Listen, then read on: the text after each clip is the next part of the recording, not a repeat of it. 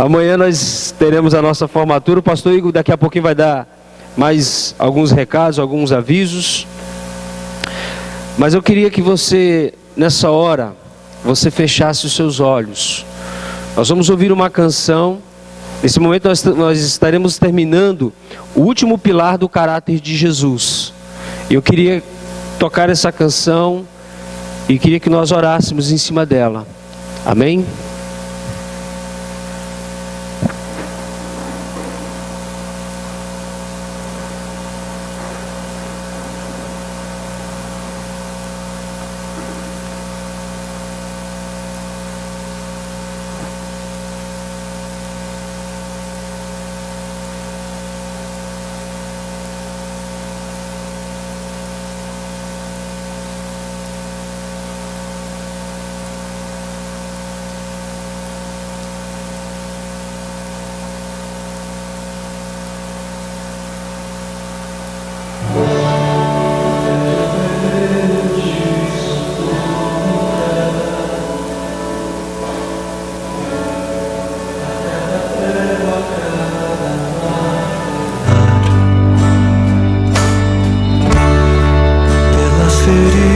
Que afligiram o Senhor, eu posso ouvir o seu clamor.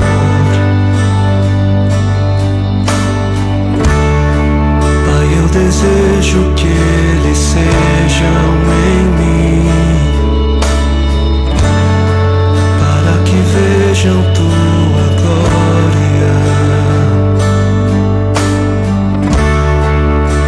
Vergonha não se encontra mais em mim. Para a liberdade me libertou.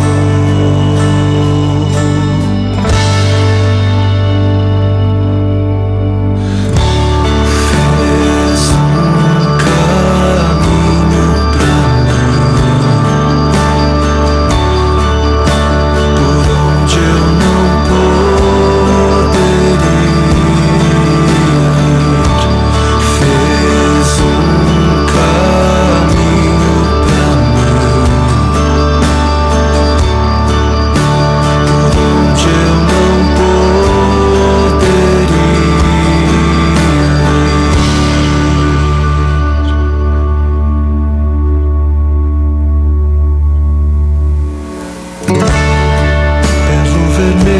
de sua túnica, a cada prego, a cada martelar, pelas feridas que afligiram o Senhor, eu posso ouvir o seu clamor, dizendo: desejo que eles sejam em mim, para que vejam tua glória. E dizemos: minha vergonha não se encontra mais.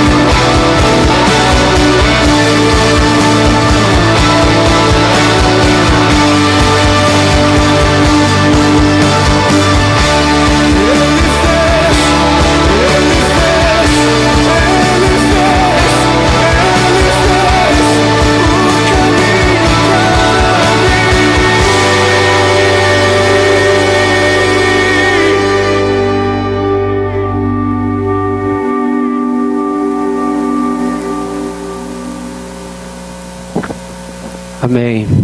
Glória a Deus. A letra dessa canção diz que Jesus fez um caminho para que nós pudéssemos andar nele. Há um caminho que foi construído. Alguém já construiu uma via pela qual nós devemos passar. Cada um tem o seu caminho. Não, o caminho é o caminho que Cristo construiu para nós. Ou mais, Ele, em João 14:6, Ele diz que Ele é o caminho. Ele, cada ação, cada palavra, cada gesto, tudo que Jesus fez, cada ação dele, cada peça vai se construindo o caminho para que a gente possa caminhar sobre ele. E durante esses dias, nós estivemos falando sobre esse caminho. Falamos que o fundamento disso é o amor de Deus. Somente quando nós experimentamos este amor, de fato e de verdade, quando os nossos medos são banidos de dentro de nós, as nossas ansiedades, as nossas preocupações, as nossas dúvidas, e passamos a acreditar no amor de Deus sobre as nossas vidas. Quando nós damos aula, recentemente eu dei aula para juniores sobre uma aula para batismo, né, sobre o plano de salvação. E eu disse a eles: olha, o amor de Deus sobre vocês é algo inexplicável. Eles disseram: como assim, pastor? Eu perguntei: por que vocês amam a Deus? Ah, porque Ele nos salvou. Tá, e por que Deus ama vocês? E eles ficaram em silêncio. Talvez eu e você, já grande, maduro, diga: eu sou um cara de gente boa, como é que Deus vai me amar? Dou meu dízimo, minha oferta, faço, ajudo as pessoas, sou um cara de gente boa, nunca matei ninguém, nunca roubei ninguém. Eu acho que Deus me ama. As crianças ficaram caladas, irmão. Depois de 4 semanas de aula para batizarem, elas foram confrontadas e foi revelado a elas, mostrado a elas, que não havia razão para Deus amar, mas Deus simplesmente decidiu amar. E quando pela fé você recebe esse amor de Deus e é abraçado por esse amor, aceito por esse amor, não é você que simplesmente diz assim: não, eu fui aceito. Não foi eu que fui lá não, foi Ele que veio. Jesus disse assim: ninguém pode vir a mim se o Pai que me enviou não o trouxer. Você está aqui porque o Pai te trouxe. Então o Pai te atraiu com cordas de amor, o Pai te atraiu com argumentos que te convenceram da justiça, do juízo e do pecado, e por isso você está aqui. Você pode dizer amém por causa disso? Glória a Deus por causa disso. Então Ele nos abraçou com um amor indescritível.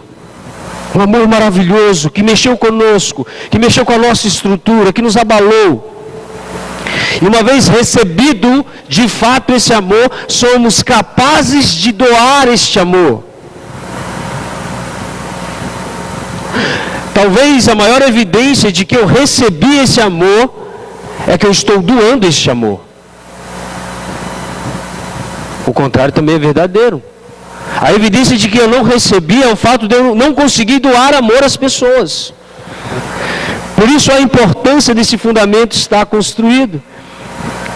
E ele vem e começa a construir, uma vez que isso está fundamentado, estabelecido dentro de nós. Você sabe quem você é em Cristo, você entende o amor de Deus por você, e você também consegue ser doador deste amor, alguém que compartilha deste amor.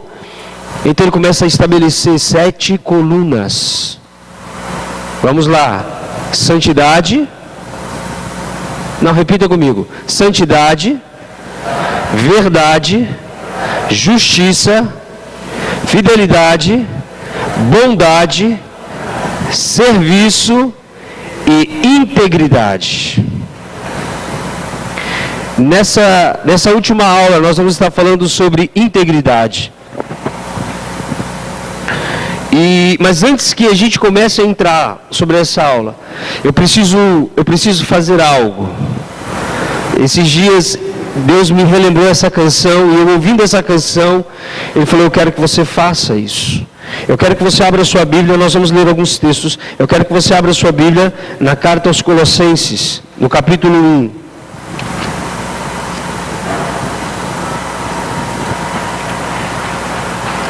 Colossenses, capítulo 1.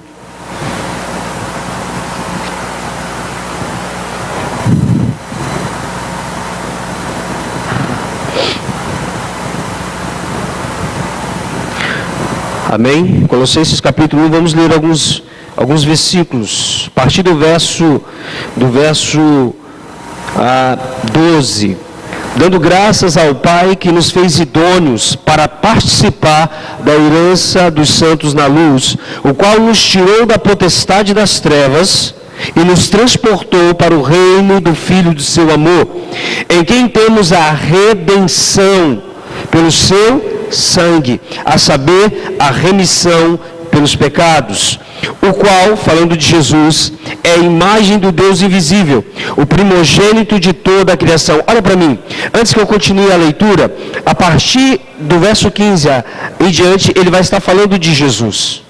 Olha para mim, por favor. Eu quero sua autorização para fazer algo. A partir do verso 15, ele vai estar falando de Jesus. Eu vou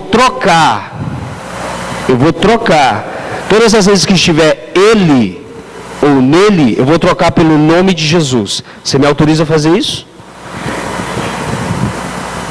O qual é a imagem do Deus invisível, o primogênito de toda a criação. Porque em Jesus foram criadas todas as coisas que há nos céus e na terra, visíveis e invisíveis, sejam tronos, sejam dominações, sejam principados, sejam potestades. E Jesus é antes de todas as coisas, e todas as coisas subsistem por causa de Jesus. Jesus é a cabeça do corpo da igreja, é o princípio e o primogênito dentre os mortos, para que em tudo tenha a preeminência, porque foi do agrado do Pai que toda a plenitude habitasse em Jesus, e que havendo feito por Jesus a paz pelo sangue da cruz, por meio de Jesus, reconciliasse consigo mesmo todas as coisas, tanto as que estão na terra, quanto as que estão nos céus. A vós também, que noutro tempo eres estranhos e inimigos do entendimento pelas vossas obras, mas agora, contudo, vos reconciliou no corpo da carne de Jesus, pela morte, para perante Jesus vos apresentar santos e irrepreensíveis, inculpáveis. Amém? Toda a glória seja dada a Jesus. Todo mérito seja dado a Jesus. Jesus é o autor e consumador da nossa fé. Jesus é aquele que nos reconciliou com o Pai. A nossa salvação não é mérito nosso, mas é mérito de Cristo. Estava conversando com o pastor Igor esses dias. Olhe para mim. A salvação, a nossa trajetória e a nossa recompensa é uma coisa só. A nossa salvação não é maior que a nossa trajetória, propósito ou como você queira chamar. O nosso propósito não é maior do que a nossa recompensa que receberemos. É tudo uma coisa só. Porque se eu digo que a recompensa é maior que a salvação, eu tiro o mérito de Cristo. Eu tiro o mérito de Cristo. E a recompensa só é possível por causa da obra vicária de Cristo. O propósito só é possível por causa da obra vicária de Cristo. Então a obra abre uma porta para que a gente possa andar, o caminho para que a gente possa caminhar. Então eu entro nesse caminho e passo por esses propósitos, e passo por essas etapas. Todo o mérito é de Cristo. Em Cristo tudo é feito nele, por ele e para ele. Todo o mérito é dele. Você pode dizer amém? Se nós tirarmos o mérito de Cristo na salvação, é possível, escute isso por favor, e receba em amor. Se nós tirarmos o mérito da salvação, aumentarmos ou diminuirmos, corremos um risco muito sério. Qual é o risco, pastor? É de, no propósito, puxarmos o mérito para nós. Porque no propósito, se na salvação não requereu nada de nós, a não ser a fé na obra de Cristo, no propósito, tudo é requerido de nós. O propósito é extremamente importante, irmãos. E tudo é requerido de nós, no nosso esforço, no nosso empenho. Ele cria o caminho para que dentro do propósito o caráter seja estabelecido. Então você decide se você vai substituir um caráter caído, influenciado pelo pecado, por um caráter restaurado e ao exemplo de Cristo. Então a decisão é sua. Então o esforço é seu, diário. Lembra que a gente disse ontem? Que lavar os pés não é simplesmente um ato de pegar uma bacia, uma toalha, pôr no ombro e lavar o pé do meu irmão, mas é servi-lo todos os dias, de fato e de verdade. Quantos estão comigo aqui? Então, entenda, ele viabilizou para que eu entrasse nesse caminho, nesse propósito. E agora eu decido. Vocês viram, o pastor Rogério falou sobre isso, sobre caminhar no propósito, o quanto você precisa tomar decisões, e dentro dessas decisões eu preciso tomar a decisão de assumirmos o caráter de Jesus. A palavra integridade quer dizer inteiro, total. Deus não nos quer pela metade, a metade não serve para Deus. Nos enganamos quando achamos que dando parte do nosso tempo, estamos deixando Deus feliz na vida. Às vezes somos 8 ou 80. Não é assim? Achamos que ou devemos ficar o tempo todo na igreja e largar a vida secular de lado, ou ficamos só na vida secular e largamos a vida, essa rotina cristã de lado. Há um equilíbrio. Ou muito mais do que o equilíbrio dessas duas coisas, há um caráter que é estabelecido dentro de mim e é manifesto tanto aqui dentro quanto lá fora. Eu não sei se vocês estão conseguindo entender o que eu estou dizendo. Devemos ser inteiros. Jesus foi inteiro. Mesmo em face de adversidades. Vá para Filipenses, só voltar não, já está aí pertinho, é Filipenses capítulo 2, verso 15. Alguém que com o coração cheio de misericórdia e amor, possa trazer uma água para mim, por favor?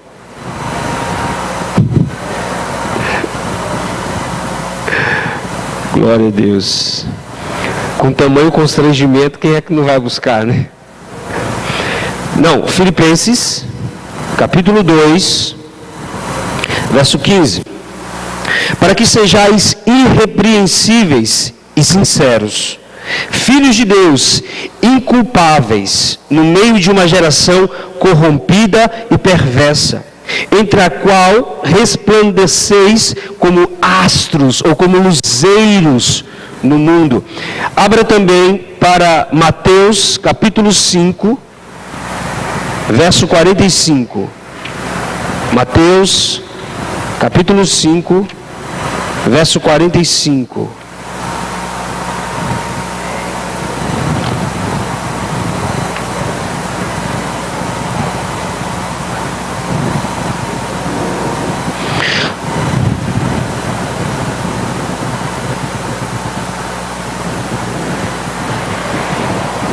Obrigado.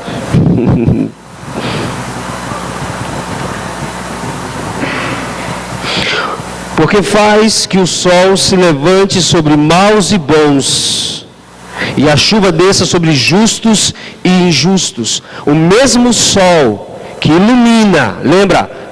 Em Filipenses ele fala que somos como astros no mundo, como luzeiros no mundo. E aqui em Mateus 5, 45 ele diz que o mesmo sol vem sobre justos e injustos. A mesma fonte que gera luz sobre as obras daqueles que são injustos, também lança luz sobre as obras daqueles que são justos. Fomos chamados para viver essa integridade, para viver essa totalidade em Deus. E uma vez feito isso, há uma luz em nós. E essa luz vai iluminar justos e injustos. Irmãos, o ambiente onde Jesus está, as coisas não ficam ocultas.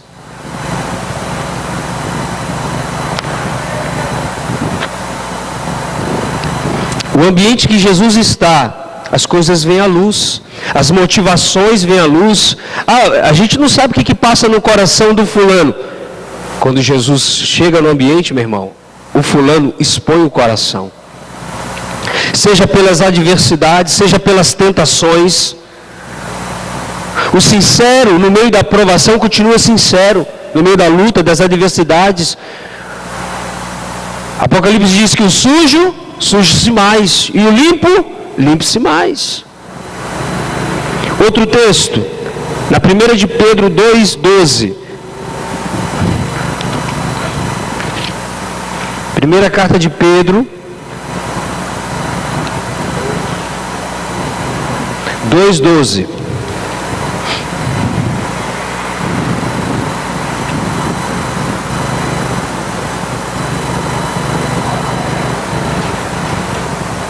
Perdão, estava em 2 Pedro. Tendo o vosso viver honesto entre os gentios, para que naquilo em que falam mal de vós, como de malfeitores, glorifiquem a Deus no dia da visitação, pelas obras que em vós se observam. Olhe para mim. O que o apóstolo está dizendo aqui? Que digam sobre, a seu respeito o que falam sobre malfeitores. Lógico, que seja mentira. Como assim? O que Pedro está fazendo é repetindo as palavras de Jesus em Mateus 5,11. Bem-aventurados sois, quando por minha causa vos injuriarem e mentindo, disserem todo mal contra vós. Fiquem felizes, porque isso fizeram com os profetas que vieram antes de vocês. O próprio Cristo, os fariseus diziam que Jesus expulsava demônios através de quem? Através de Satanás. Se disseram isso de Jesus, o que vão dizer de nós? Então, glória a Deus que digam isso, que nos acusem, que nos apedrejam. Não, pastor, não, eu quero viver uma vida sossegada.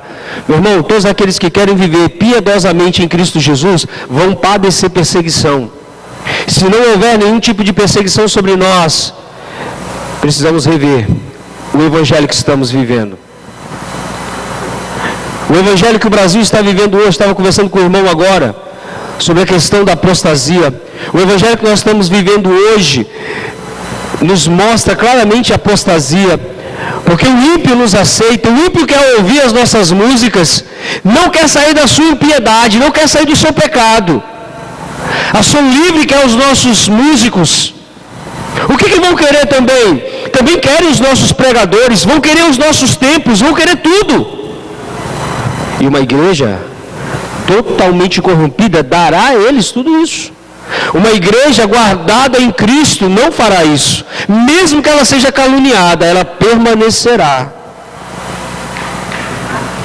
Eu vou repetir o texto, tendo o vosso viver honesto entre os gentios, para que naquilo em que falam mal de vós, mentindo, como a de malfeitores, glorifiquem a Deus no dia da salvação pelas boas obras que vos observam, que em vós observam.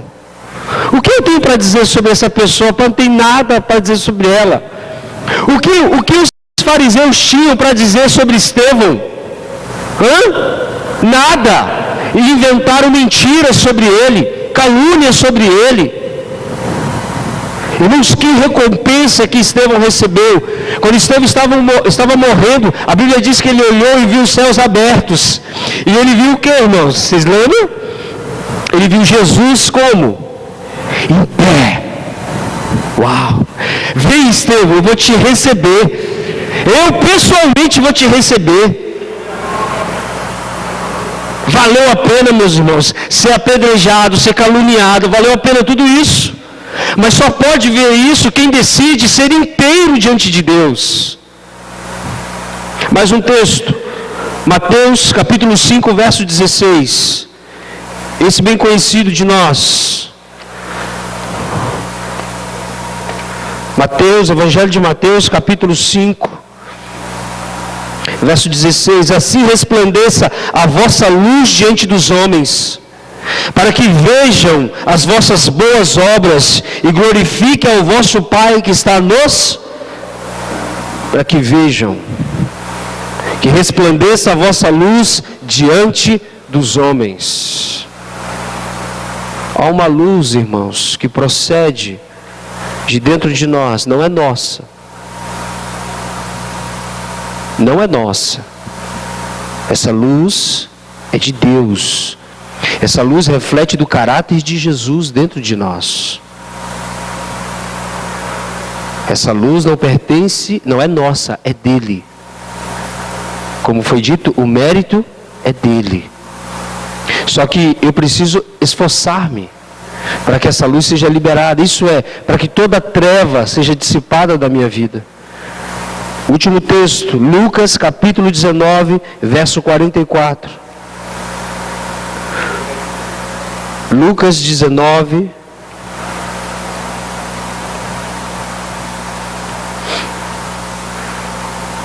verso 44. Nós vamos ler do verso 41. Lucas, já tem gente procurando aí? Acharam? Achou aí? Vamos ler a partir do verso 41 até o verso 44. E, quando ia chegando, vendo a cidade, chorou sobre ela, dizendo: Ah, se tu conhecesses também, ao menos, neste teu dia, o que a tua paz pertence. Mas agora isso está encoberto aos teus olhos. Porque dias virão sobre ti em que os teus inimigos te cercarão. Isso aqui é uma palavra profética de Jesus e se cumpre no ano 70 depois dele, tá? Onde Roma invade Jerusalém, destrói Jerusalém, inclusive se cumpre a palavra de Jesus que não ficaria pedra sobre pedra. Eles destroem o templo. Muitos judeus se escondem no templo. E os romanos vão até o templo e detonam tudo. Porque dias virão sobre ti em que os teus inimigos te cercarão de trincheiras, e te sitiarão, e te estreitarão de todos os lados, e te derrubarão a ti e a teus filhos que dentro de ti estiverem, e não deixarão em ti pedra sobre pedra, pois que não conhecestes o tempo da sua visitação. Irmãos, o próprio Jesus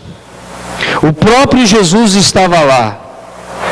A luz que os homens rejeitaram, estava lá. Jesus é a imagem do Deus invisível. Colossenses 1:15. Ele caminhou entre eles, a ponto de Nicodemos falar assim: Senhor, ninguém pode fazer esse sinal, mestre, ninguém pode fazer esse sinal se não for enviado de Deus. Irmãos, os sinais que Jesus fazia, as palavras que Jesus, o comportamento de Jesus, ele foi luz para eles. E eles resistiram a isso. Só que Jesus não reteve sua luz por causa dos homens, por causa da dureza dos seus corações. Não, ele continuou a brilhar. Ele resistiu àqueles que o resistiam. Como? Brigando com eles? Não. Fazendo o que deveria ser feito. Em Daniel 2, a Bíblia fala que Nabucodonosor, o rei da Babilônia, ele tem um sonho.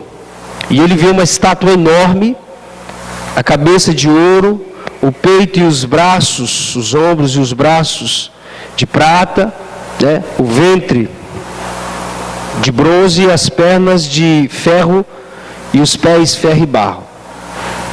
Babilônia, Medo-Persa, Grécia, e Roma. E ele chama os seus líderes, e ele fala assim, olha, os seus adivinhos, eu quero que vocês me digam a interpretação do sonho que eu tive. Aí ele diz assim, tudo bem, meu senhor, diga qual foi o sonho. Não. Vocês vão me dizer o sonho e me dar a interpretação dele. Não, mas senhor, ninguém pode fazer isso. Só os deuses podem fazer isso. Aí ele diz assim, ó, quer saber? Se vocês não me contarem o sonho nem a interpretação, eu mato todo mundo. Essa notícia chega até Daniel. Daniel vai ao rei e pede-lhe tempo. Rei, me dê um tempo. Chama seus amigos, busca a face do Senhor. Daniel 2:22, ele faz aquela palavra, né? Tu conheces o profundo e o escondido, sabe quem está em trevas, pois contigo mora a luz. Tu estabelece reis e remove reis. Faz uma oração poderosa. Na verdade, ele já faz de agradecimento, porque Deus revela para ele o sonho de Nabucodonosor. Ele volta e conta a Nabucodonosor o sonho. E quando Nabucodonosor ouve o sonho e ouve a interpretação, ele glorifica a Deus. Daniel, capítulo 2. A cabeça era Babilônia. A cabeça era feita de quê? De ouro. Em Daniel capítulo 3, cerca de 9 a 10 anos depois, o rei Nabucodonosor, que alguns anos atrás tinha dado glória a Deus pela revelação de Daniel, agora decide construir uma estátua de quase 30 metros de altura, todinha de ouro. A Bíblia não fala o que se passa na cabeça de Nabucodonosor, mas irmãos, não é difícil conjecturarmos e dizer que, será que Nabucodonosor pensou consigo mesmo, quer saber? Não, os medos, os persas, ninguém mais vai tomar meu reino, a estátua vai ser toda de ouro, o meu reino é eterno. Aí ele chama todos os reis, todos os reinos que ele tinha, os líderes dos reinos que ele tinha governado, está em Daniel capítulo 3, a partir do verso 1. E ele chama todos esses reis para apresentar a sua estátua de ouro puro, para que ao som de instrumentos e a voz de um dos seus ministros, dizendo, ajoelhem-se diante da estátua de Nabucodonosor, todos deveriam se ajoelhar, se prostrar. O que Nabucodonosor queria é que todos os reinos que ele conquistou permanecessem sobre seu domínio e o adorassem. Nabucodonosor, o homem mais poderoso da terra naqueles dias. E quando se toca-se os instrumentos, o som de todos os instrumentos, o homem declara, faz a declaração, a ordem, o decreto do rei que se dobrem. 3 homens ficam em pé: Misael, Azarias e Ananias, que receberam nomes depois pagãos, que faziam referência a deuses babilônicos. Sadraque, Mesaque e Abidnego, os caras ficam de pé. Eles deveriam ter chegado na Babilônia com mais ou menos 14 anos. Mais ou menos 10 anos depois, 24 anos. Jovens. Estão novos. Mas ficam de pé. E os que estão ali servindo a Nabucodonosor, ao verem, lançam mão dos jovens e trazem eles até a presença do rei, do imperador. Ele disse, esses hebreus aqui, não se prostraram diante da tua estátua. Vamos dar uma chance para eles, talvez eles não ouviram direito. Toque de novo os instrumentos e os meninos lá. Vai lá para Daniel capítulo 3. Vamos ouvir a resposta dos meninos. Daniel capítulo 3.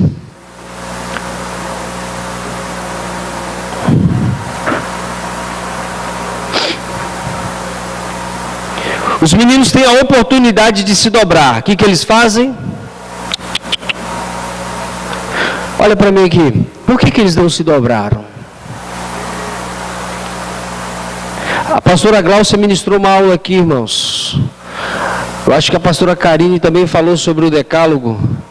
Qual é o primeiro mandamento?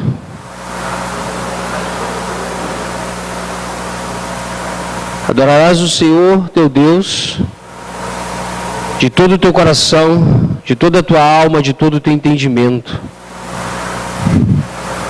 Segundo mandamento, não farás para ti obras, escultura, para que você adore. Não faça isso. Estava muito claro na cabeça desses meninos. Só o Senhor adorarás e só a Ele devemos dar culto. Só o Senhor é Deus. O Senhor nosso Deus é o único Deus. Estava muito claro na cabeça deles. Eu não posso me dobrar diante de outro Deus, diante de outro homem, só diante do Senhor. Sabe, irmãos, aquilo que não está estabelecido dentro de nós pode ser removido. Aquilo que está dentro de nós, que é inabalável, permanece, mas aquilo que é abalável, cai. Nós tivemos em Juazeiro dando uma aula para os meninos, e na verdade antes da gente dar aula, o pessoal, o pastor Fábio, que é responsável pela base de lá, falar nisso no próximo semestre, vai abrir algumas turmas, se você quiser fazer. São 5 meses, pastor Igor? 5 meses, meu irmão. É bênção, pensa. É uma imersão, sabe, dentro de uma cultura dominada pela idolatria, ganhando almas, realmente você se movendo no espírito, não só falando em línguas, mas evangelizando efetivamente, cuidando de crianças que estão em situação de risco. É uma obra magnífica. Podemos servir também na Casa de Pão, que tem lá, próximo a Juazeiro, no município de Café da Linha, enfim. E nós fomos sair em alguns lugares para conhecer a cidade, e ele me levou num lugar, ele sempre leva os pastores lá, o pastor Hugo já foi lá, aonde é um museu que conta a história de Padre Cícero. Lá tem a estátua dele gigantesca. Só que ele sobe lá para orar pela cidade, profetizar sobre a cidade. E caminhando e indo, vendo o movimento das pessoas, né, é uma colina, é um lugar bem alto, um monte. Então, na subida do monte, muitas casas, muitas famílias que moram ali e que tiram o seu sustento da venda de objetos, de culto, enfim. Mas caminhando ali, subindo e fazendo todo esse trajeto, quando eu voltei, já tinha minha aula preparada e Deus cancelou minha aula e colocou um outro assunto para eu falar. O assunto era sobre um evangelho consolidado dentro de nós. E nós trouxemos um contraponto com os meninos, porque os habitantes de Juazeiro, criados nesse ambiente, a idolatria, o amor a Padre Cícero está consolidado, estabelecido dentro do coração deles. Há um engano firme, forte, dentro do coração daquelas pessoas. E o teor da nossa aula foi somente para derrubar um engano consolidado, somente uma verdade consolidada dentro do coração de outra pessoa pode desfazer a mentira consolidada no coração do pagão. Aonde? São José de Ribamar, né? É a mesma coisa.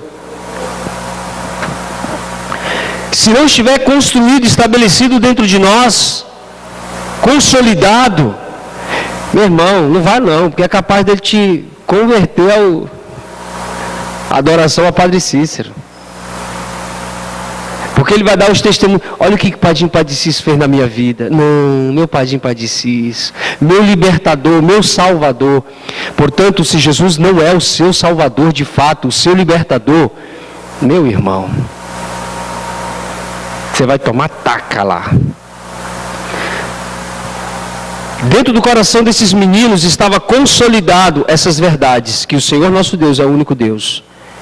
E nem diante do homem mais poderoso da terra, eles se curvaram. diante do homem mais poderoso da terra. Hoje, diante disso aqui, a gente se curva. Não precisa ser um homem mais poderoso, não. Imoralidade, pornografia. A tecnologia nos nossos dias trouxe com ela outros deuses que muitos de nós têm se prostrado. Eu não estou falando de alguém te ameaçando de matar. Não. Eu estou falando de uma geração hedonista, que ama o prazer, mais do que qualquer outra coisa. Que quer o prazer, tudo pelo prazer. Irmãos, nós devemos fugir disso. E todo o nosso prazer deve estar no Senhor. Se o nosso prazer, escute isso, se o nosso prazer não estiver no Senhor, qualquer coisa vai nos atrair. O nosso prazer deve estar no Senhor. Olha o que esses meninos responderam, depois que Nabucodonosor deu mais uma chance para eles. Verso 19. Diante disso, Nabucodonosor ficou... verso 16, obrigado. Então Sadraque, Mesaque e Abidnego responderam ao rei: ó Nabucodonosor, não precisamos defender-nos diante de ti. Se formos condenados por isso e lançados na fornalha de fogo ardente, o nosso Deus, a quem cultuamos, pode nos livrar. E Ele nos livrará das tuas mãos, ó majestade. Se Ele quiser nos livrar, contudo, se Ele não quiser nos livrar, fica sabendo, ó rei, que não cultuaremos a teus deuses, tampouco adoraremos a estátua que você ergueu. Cara, que afronta. Deixa eu te falar uma coisa. O nosso Deus, o meu Deus, Ele é poderoso para me livrar das tuas mãos. E se Ele não quiser me livrar, ainda assim, eu vou ser fiel a Ele. Eu não vou adorar teus deuses, não. E nem a estátua que você fez. Irmãos, eu não sei. Quando eu li esse texto, eu falei assim, Senhor, eu quero tentar mensurar um pouquinho daquele momento. Eu queria poder mensurar. Cara, esses caras estão diante do homem que já tinha pré-estabelecido que aquele que não se curvasse, a fornalha estava acesa. A fornalha, quando o cara caía lá, ele morria. Nabucodonosor, no verso 19, fica tão irado que disse: não, está pouco isso aí. Não estava pouco, irmão. Qualquer um que caísse lá ia morrer na hora. Não, eu quero de tanta ira que esse homem teve. Não, eu não quero só que você morra, eu quero que você sofra antes de morrer.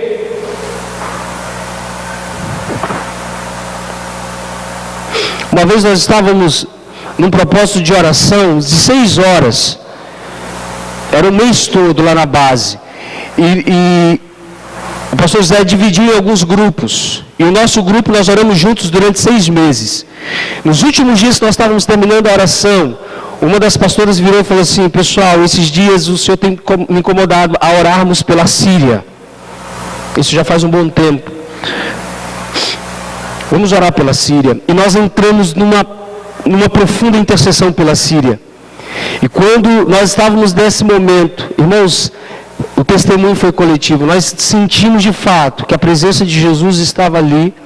E Jesus começou a dizer algumas coisas para nós. E Ele disse o seguinte: eu quero que vocês orem pelos crentes que estão lá na Síria, mas eu não quero que vocês orem para que cesse a perseguição. Eu quero que vocês orem para que eles sejam fortalecidos, porque muitos deles eu quero que morram pelo meu nome. Eu quero que o sangue deles seja derramado. Irmão, Jesus falou isso para nós. Que coisa tremenda. E nós intensificamos a nossa oração dizendo: Senhor, então que o pai, ao ver seu filho sendo morto, ele não negue o seu nome. O marido, vendo sua esposa sendo violentada, estuprada, não negue o seu nome. Que os filhos, ao verem os seus pais sendo mortos, também não negue o seu nome. Imagina isso, irmão. Imagina a sua filha, o seu filho sendo violentado na sua frente, sendo abusado, por vários homens na sua frente. Sua esposa, seu marido.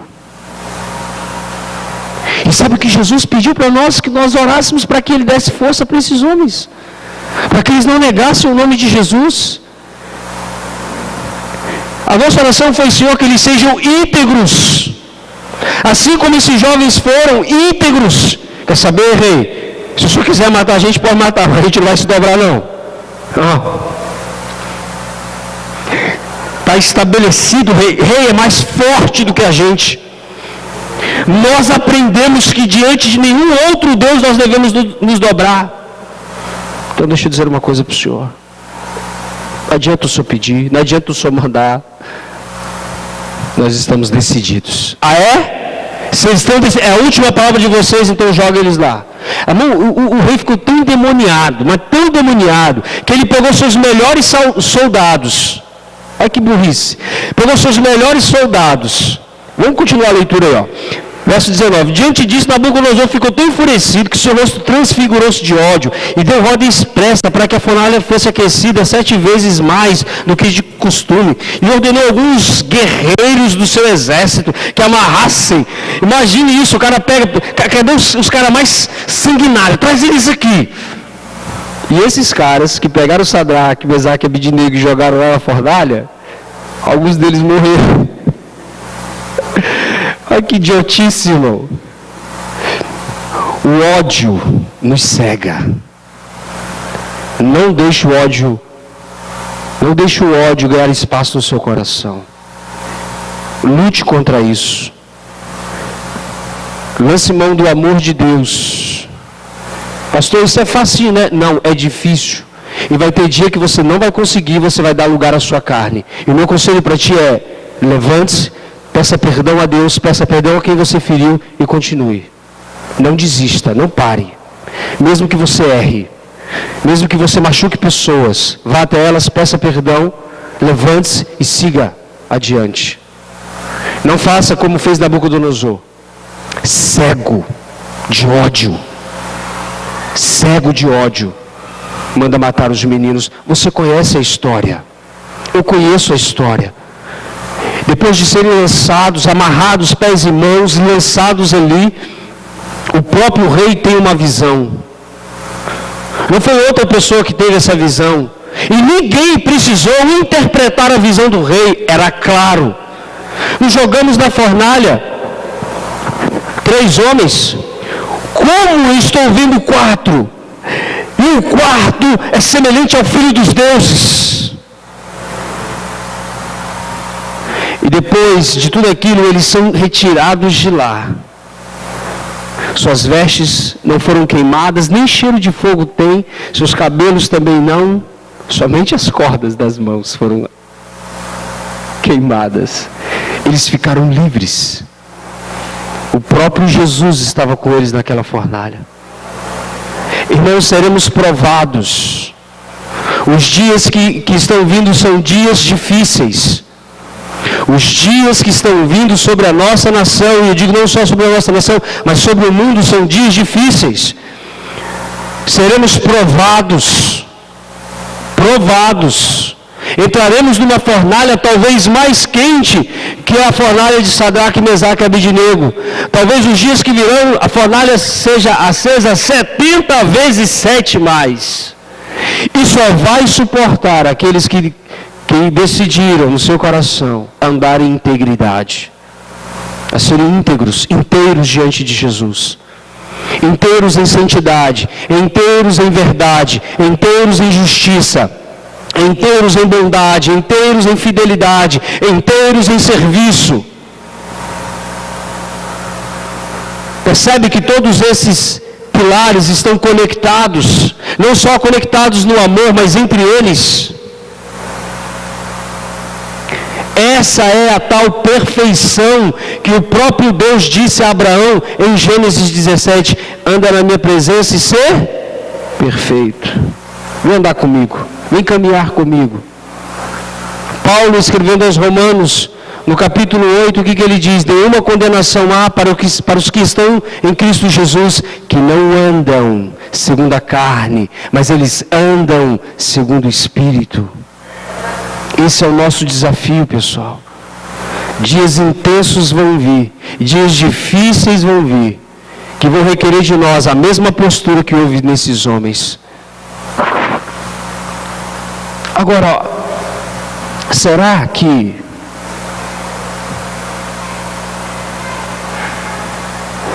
menos, uma provação menor do que a desses meninos aqui, nós não temos caído nela?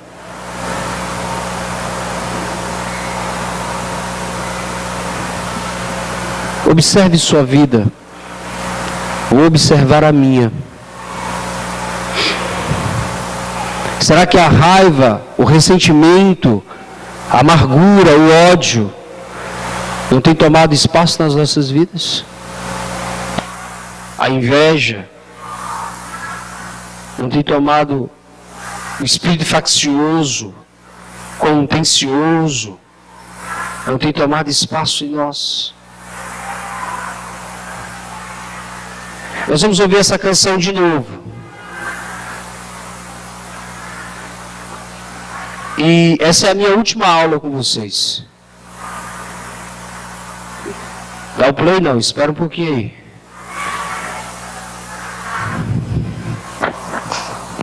Essa é a minha última aula com vocês. E nessa última aula, eu queria que nós estivéssemos orando. Dentro dessa perspectiva, sermos inteiros. Desde quando eu estava lá atrás, na salinha de crianças, com 4 anos, numa salinha chamada Cordeirinho de Cristo, que eu ouço a história desses homens. Talvez você está ouvindo há 10 anos, eu ouço há 39 anos. E é possível, como foi dito, que a gente passe uma vida toda dentro da igreja, ouvindo todas essas histórias, vendo esses exemplos, e nada, absolutamente nada aconteça. Eu acho que hoje nós estamos não diante do Hércules, não diante do intensivo, mas diante de Jesus. Ele está aqui, olhando para mim, olhando para você, dizendo assim: eu construí um caminho para você. Eu construí uma maneira de viver, uma maneira de ser. Ande nela. Eu fiz aquilo que você não podia fazer, alcançar a sua salvação. Eu fiz por você aquilo que você não podia fazer, te reconciliar com o Pai. Sabe o que eu quero? Que você caminhe no caminho que eu construí. Amém? Pode tocar.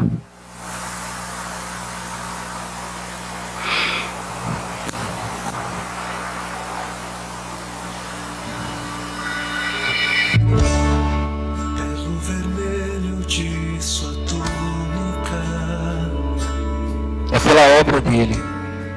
A cada prego, a cada mar, É pelo que ele fez. pelas feridas que afligiram o Senhor, eu posso ouvir o seu clamor.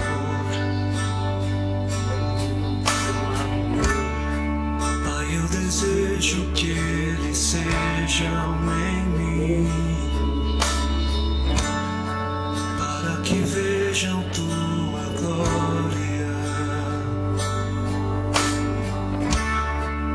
Minha vergonha não se encontra mais em mim, para a liberdade me libertou.